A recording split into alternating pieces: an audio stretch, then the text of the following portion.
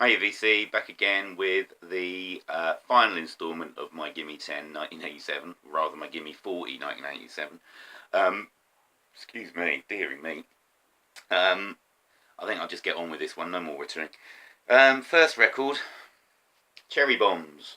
Um, this is Coming Down Slow. Um, it's a live album, recorded at the Marquee in London. This was Andy McCoy and Nasty Suicides, our band they put together um, after the demise of of Hanoi Rocks, which is the reason why I got it. Um, it's a great rocking album. Anita, I can't remember where she was a singer from. I've got a feeling she was in um, Toto Quayo, I think. I'm not sure. I might be wrong on that one. I'll have to look it up. But it's on High Dragon Records. Um, Great tracks. 100 Degrees in the Shade and House of Ecstasy were both singles. Gimme Good Lovin' was a Link Ray cover. Um, did Travelling Band.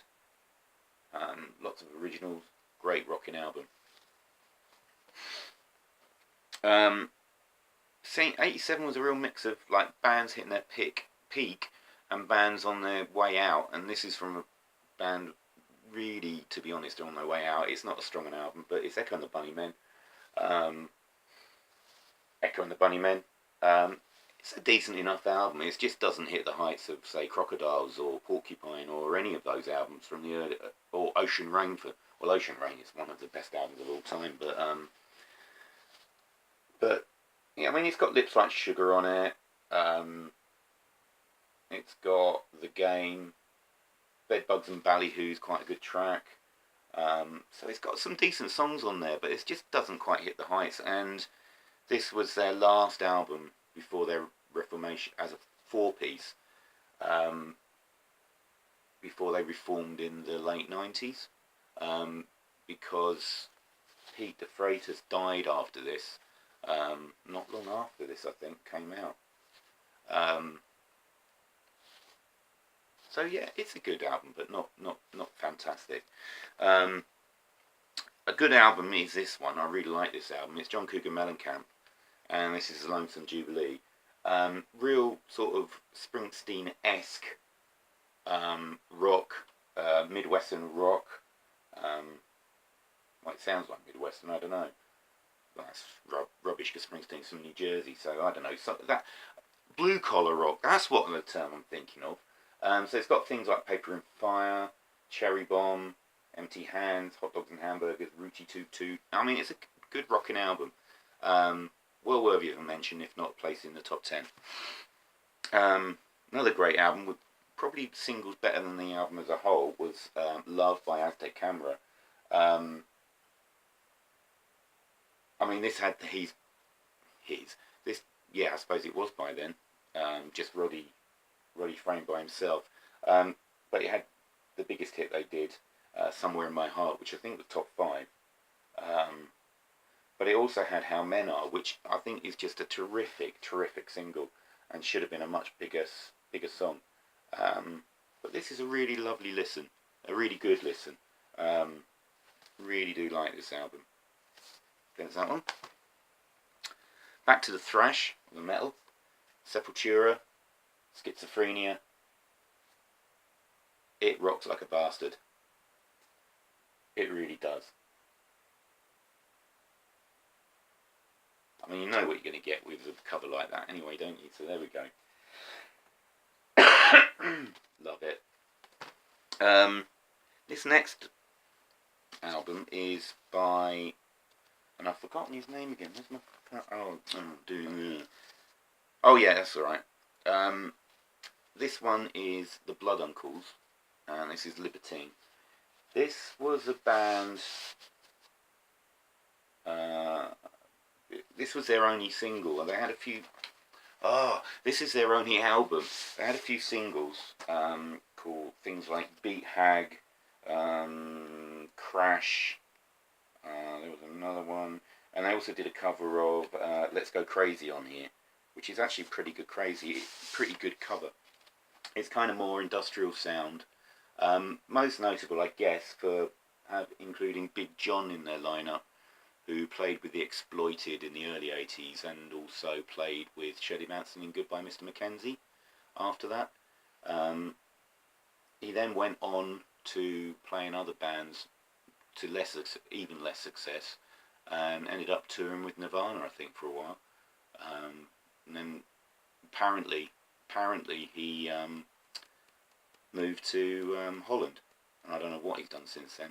But this is great. Kind of a mix of industrial punk rock, but it's a really good album, and it really deserved to have a much wider audience.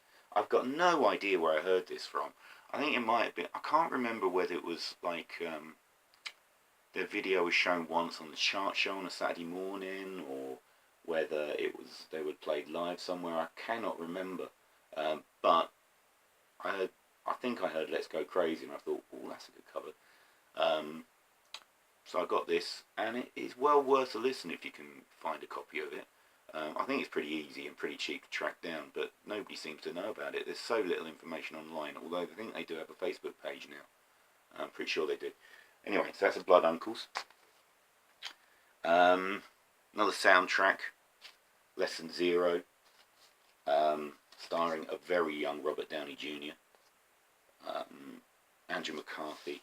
It was I think it was touted as a sort of a Brat Pack movie where they were starting to grow up a bit, but I mean, I watched the movie because Lesson Zero, the book by Bret Easton Ellis, is probably, it probably still is.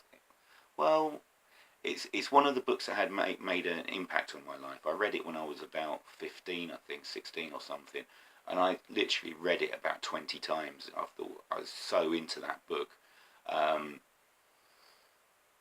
Just unbelievable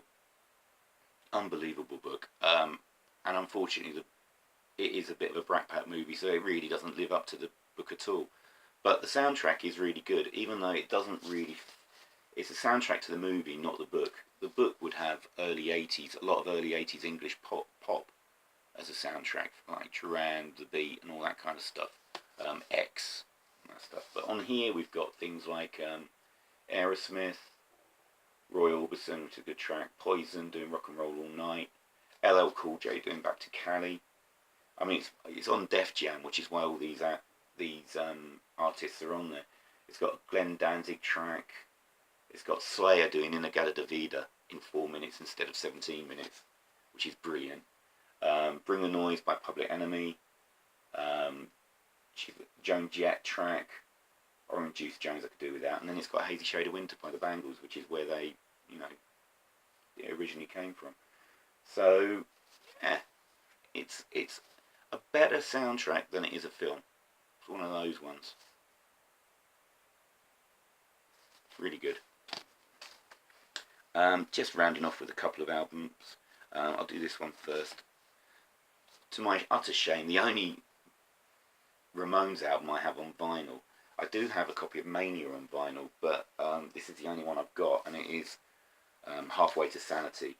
I mean, it's good later period Ramones. I mean, you've got I Want to Live, Bop to Your Drop, Go Little Camaro Go, Real Cool Time, Bye Bye Baby, Well Man. I mean, it's got some really good tracks on it, but it's obviously not in the same league as their earlier stuff. And I really should get more Ramones stuff, which is kind of an oversight, really.